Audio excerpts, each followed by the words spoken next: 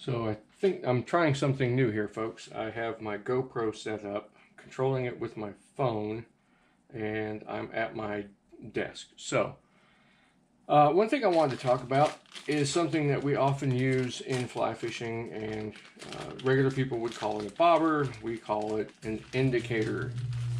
So I was hoping to get this done without my air conditioning kicking in, but I'll speak a little louder if you can't hear me. I'm sorry, I'm at my desk. The AC register is right over there, so it's kind of annoying. So we're familiar with certain strike indicators, such as these woolly ones that you can see here that you get from Orvis. They attach to your line via an O-ring. They're pretty handy, they're nice, they're just a little troublesome, and they make casting a little difficult when you're wet. And then you have the thingamabobber, which is the orange, yellow, white, whatever, plastic bubble with the hole in it that you loop your line through, and it's quasi-adjustable. And then you do have, I don't know if I have one in here, yeah, you have your slide lock, I can remember what they're called, indicators. You take this off, it has a V-shaped channel, you put your line inside there, and then this little washer locks on the top of it, like so. These are all great. The problem is they cost you quite a bit of money when you are out fishing.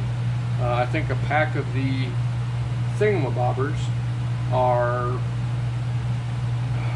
$9 maybe. You get 5 or 6 of them in a bag. Used to, you would get a mixed bunch. You'd get small ones, big ones, what have you. And if you're fishing heavier flies, like a weighted woolly bugger plus something below it, the smaller ones really didn't work. So this size was perfect. Well, I thought there's got to be a way to make your own. And I don't remember where I saw this, but you can. Here's an example of what I made. It is the same size as the thingamabobber. I believe they're 3/4 inch cork balls, and you can get them in also the 1/2 inch size, which is the same size as some of the smaller thingamabobbers, and it's pretty fun.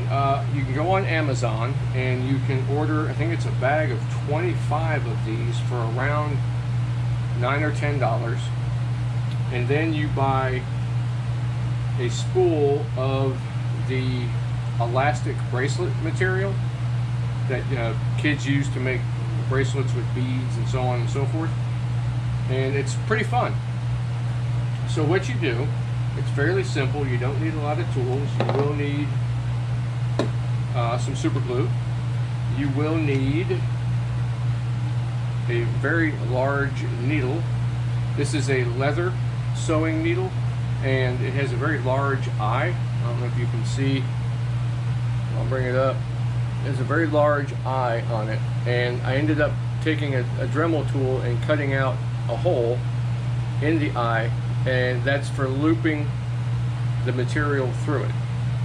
So what you do is you take your cork ball, try and place your 2 fingers at north and south position on the cork ball.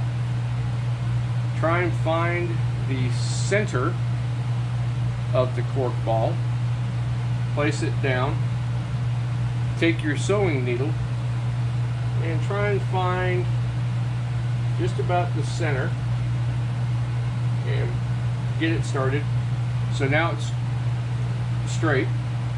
Give it a good push, and once you get it in there, turn it over and try and keep it as straight as possible. Push it through the cork ball. It takes a second. Going slow, and it won't split it, so there it comes. So now I have it through the cork ball, if you can see it, like so. Now what I'm going to do is I'm going to take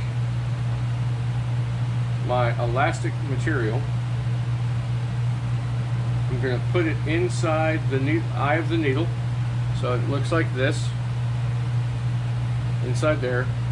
lay it down, push it all the way to the desk. So now the thread is inside, and you kind of have to give it a couple of tugs. I had a pair of small pliers, but I'll use my Leatherman.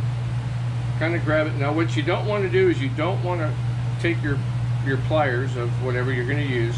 Don't put it up against the cork like this and rock it, because you'll create flat spots. Just kind of pinch it, work the cork ball backwards. Now you see the eye is starting to come through, and you might notice a little, oh, there it is. Oh, well, see, sometimes it doesn't go right the very first time, but I might be able to grab, no, I'll have to do it again. So that was my mistake. Let's go one more time. We've already got the hole. We'll push it through, and it will pop. So this time it'll come out through a little bit easier. Work it just a little bit. Grab it. Pull it. I haven't made one of these in a while because there we go. All right. So now we have it all the way through. And then what we'll do is we'll remove the needle. And if you want, try and pull the elastic to where they're even.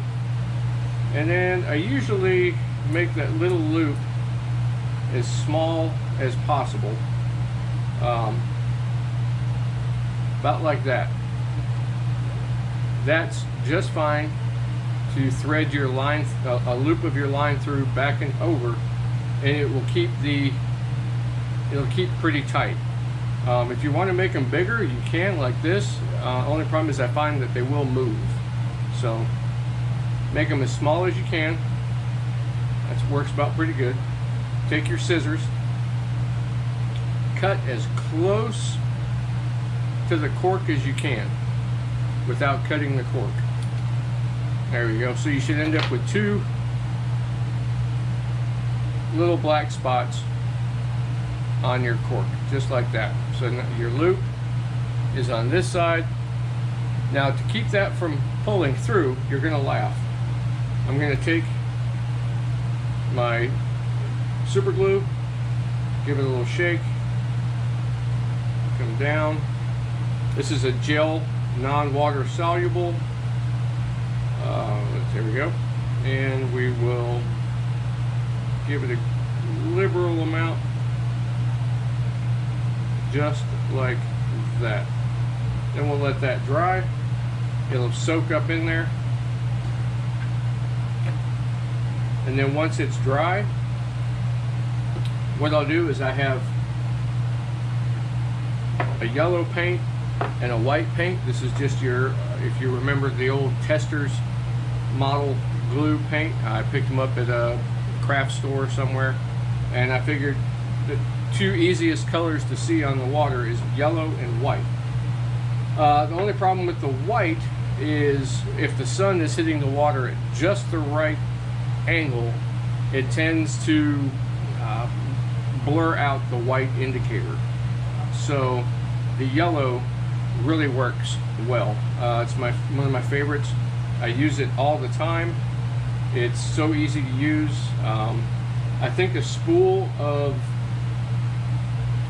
this material was about $3, and I ended up with 2 of them, and it's something like 100 yards of this material. It'll last me the rest of my fly fishing career. And then what I did was I put together a small kit that holds a couple of my 3/4 inch cork and my 1/2 inch cork, and I pre-cut some of the strings, and I keep my sewing needle inside there, just an old tackle box that I had, so I can keep it here at my fly tying desk, and if I think I need to make some more, it's a handy little toolkit. I can even take it with me if I have to, if I think I'm going to be traveling or something like that. I could even take these paints with me, and what I have done is put paint in the cap and dip it in that to let it dry. So I did some small ones, I don't have a small yellow, or do I? No. Yeah. So there's a large yellow and then a small yellow. The small ones work really well if you're just throwing maybe a double nymph rig, not a whole lot of weight. These will work just fine if the water's pretty shallow. But these work much better with just about anything you're going to throw on your line. For some reason, I guess they figured out that this size is the best. This works for me. I've given them to friends. They've used them. They like them. I've even given some to people that I've just met out on the stream. You know, they were like, "Hey, you using an indicator?" Yeah. So I just keep them all in this bag, and so when this one dries, I will give it a little touch-up of paint. And like I said, you can make as many as you need. It doesn't cost that much. It's cheaper than buying strike indicators, you know, once a month or something. Especially if you're fishing in very close environments and you get tangled up in trees, you end up losing your indicator. You drop it in the water and you can't catch it because it floats away, or you're in thick overgrowth and you drop one, you're like, crap, I can't find it. It just seems to be much easier. And like I said, a little travel kit, I can take it with me. Even if I don't have paint, I can still use it as an indicator. The nice thing is it's brown on the bottom. So instead of being all one color and this floating through the water, which is not natural looking, this floating through the water, it's brown, it looks like just a piece of debris. I don't think it spooks the fish nearly as much, or could. And since I only paint half of it, it tends to float down like this. So they look up, they see the bottom of this, theoretically, and it's not all one color like that. So yeah, I appreciate you watching the video. If you have any questions, leave a comment, and I'll try and answer your questions as much as I can. Thank you very much.